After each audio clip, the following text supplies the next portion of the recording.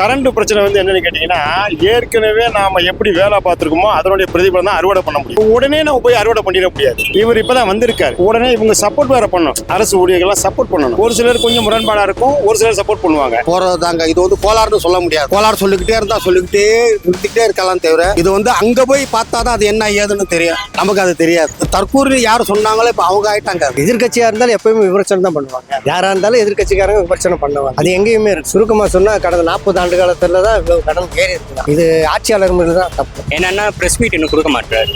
So அதெல்லாம் notable point தான். அடிக்கடி மின்வெட் நடக்கும். முழுசா சப்போர்ட் பண்ண முடியலன்னா கூட அவரோட சைட்ல இருந்து என்னென்ன இம்ப்ரூவ்மெண்ட் தரணும்னு பார்க்குறாரு. ஸோ எனக்கு இப்போ ரேட்டிங் கொடுத்தீங்கன்னா ஒரு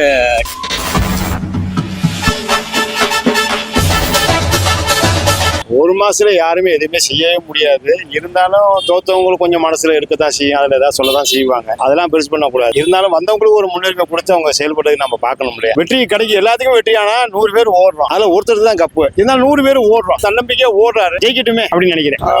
சட்டசபை கூடி இருக்கு. அதுல வந்து சில விஷயங்கள்ல வந்து புதுசா பண்ணுவாங்கன்னு எதிர்பார்த்தாங்க. ஆனா புதுசா பண்ற மாதிரி அவர் சொல்லல. ஏற்கனவே இருந்ததுதான் அப்படியே சொல்லியிருக்காரு. ஏன்னா அவங்க மனசு வலிக்க கூடாது, அதனால அப்படி சொல்லியிருக்காரு. இனிமே என்ன செய்ய போறான்னு தெரியும், இனிமே தெரியும். உடனே சொல்ல முடியாது. ஒரு ஆளுங்கட்சி எதிர்கட்சி பண்ணிதானே ஆகணும். இருந்தாலும் சைட்டன் கூட போறாங்க பாருங்க, அதுதான் பெருசு. ஒண்ணுமே சொல்லாம இருக்க கூடாது எதிர்கட்சி, அதனால சொல்லுவாங்க. அதை பெருசா எடுத்துக்க வேண்டியது.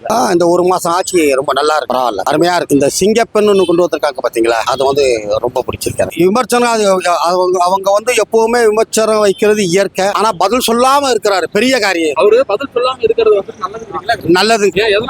எதனா பதில் சொல்லிக்கிட்டே, அதாவது நான் வந்து இப்ப 1973 இருந்து ஓரளவு அரசியல் பார்த்துக்கிட்டே இருக்கேன். அப்போ எம்ஜிஆர் ஒண்ணு சொல்லுவாரு, கலைஞர் ஒண்ணு சொல்லுவாரு, ஜெயலலிதா ஒண்ணு சொல்லுவாரு, கலைஞர் ஒண்ணு சொல்லுவாரு. இது என்னமோ நீங்க சொல்லிட்டே இருங்க, நான் வாய திறக்க மாட்டேன், என் காரியத்தை நான் செஞ்சுக்கிட்டே இருக்கேன்னு செஞ்சுட்டே இருக்கிறாரு. இது வரைக்கும் இருந்தவங்க ஆளுங்கட்சி எதிர்கட்சிக்காரங்க எல்லாருமே வந்து கடனை வாங்கி வச்சு சுமையை தூக்கி வச்சுட்டாங்க, நம்ம மேல தூக்கி வச்சுட்டாங்க. இன்னைக்கு இவர் வந்திருக்க காலகட்டத்துல இவர் படிப்படியா அதை சரி பண்ணுவாருங்கிற ஒரு நம்பிக்கை இருக்கிறேன். அதனாலதான் மக்கள் வந்து ஒரு புதிய ஆட்சி வேணும்னு சொல்லி எல்லாம் எதிர்பார்த்து ஓட்டு போட்டிருக்கோம். ஆனா நாங்க எதிர்பார்த்தோம்னா எப்படின்னு கேட்டீங்கன்னா, அவர் வருவாரு, மேக்சிமம் வருவாரு. இந்த பீரியட்ல அடுத்த பீரியட் கண்டிப்பா சேலஞ்ச் பண்ணி ஜெயிப்பாருங்கிற ஒரு நம்பிக்கை இருந்துச்சு. ஆனா வந்து இப்ப அவர் ஜெயிச்சு வந்ததுல எங்களுக்கு எல்லாத்துக்குமே சந்தோஷம் தான். அது வந்து எல்லாருமே வரவேற்கக்கூடிய விஷயம் தான். அது நம்ம எல்லாருமே வந்து அதை தானே எதிர்பார்க்கிறோம். என் வீட்டு பிள்ளையா இருக்கட்டும், உங்க பிள்ளை வீட்லயா இருக்கட்டும், அவங்க வீட்டு பிள்ளையா இருக்கட்டும், எல்லாருமே அதை தான் நம்ம எதிர்பார்க்கிறோம். நம்ம பொண்டாட்டி பிள்ளை சந்தோஷமா வெளியில போகணும்ல, இனி வரப்போற சந்ததிகள் நல்லா இருக்கணும்ல.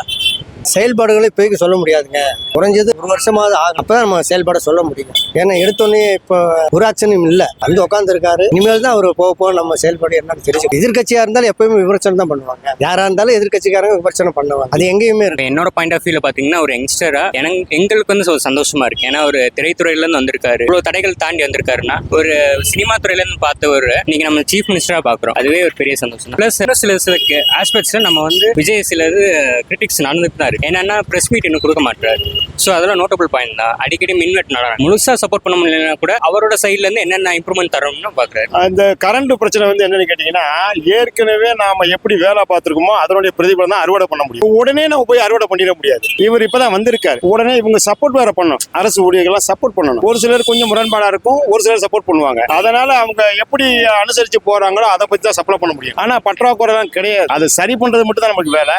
சரி பண்ணுவாங்கன்னு நினைக்கிறேன். சிங்கப்பெண் படம் ஏற்கனவே இருக்கிறது தான் பிரிச்சு போட்டிருக்காரு, உடனே சாதனை பண்ணணும் நம்ம எதிர்பார்க்க முடியாது. ஸோ எனக்கு இப்போ ரேட்டிங் கொடுத்தீங்கன்னா ஒரு 10க்கு ஒரு 8 கொடுக்கலாம். விமர்சனங்கள் வந்து இது எதிர்கட்சியா தான் பார்க்கணுமே தவிர எதிரி கட்சியா இருக்கக்கூடாது. ஸோ அவங்களோட கருத்துக்கள் வரவேற்கணும். பிளஸ் என்னென்ன இம்ப்ரூவ் பண்ணலாம், உண்மையிலேயே நாட்டுக்கு உண்டான தேவைகள். இப்போ சட்டமன்றத்திலே பார்த்தோம், சில பேர் வந்து என்ன சொல்றாங்கன்னா அட்லியோட சம்மந்தப்பட்டு பேசுறாங்க. அது ஆக்கப்பூர்வமான விஷயங்களே கிடையாது. ஸோ என்னென்ன டெவலப்மெண்ட்ஸ் வந்து எல்லா செக்ஷன் மக்கள்லாம் இருப்பாங்களா. ஸோ A கிளாஸ் பீப்புள் இருப்பாங்க, C கிளாஸ் பீப்புள் இருப்பாங்க. அவங்களுக்கு ரிசோர்ஸஸ் சரியா போச்சுங்களா, அந்த தான் பார்க்கணும். ஸோ இப்போ போன ஆட்சியில் பார்த்தீங்கன்னா கடன் வாங்கினது உண்மைதான். அதுக்கு அவங்க வந்து ஆல்டர்னேட்டிவ் வேஸ் பார்த்தீங்கன்னா GSTPன்னு ஒரு ரேஷியோ சொல்லுவோம், அது 3% இருந்தாலே போதும். ஏற்கனவே இந்த கவர்மெண்ட் வந்து நல்லா பெர்ஃபார்ம் பண்ணியிருக்காங்க. 3.6 வச்சிருக்காங்க. கூடிய கவர்மெண்ட் வந்து வெள்ளை அறிக்கை விட்டுருக்காங்க. நீங்க சொன்ன மாதிரி 1.28 lakhs இருக்கு. ஸோ அந்த 1.28 lakhs வந்து நீ நம்ம போக தான் தெரிஞ்சுக்க முடியும்.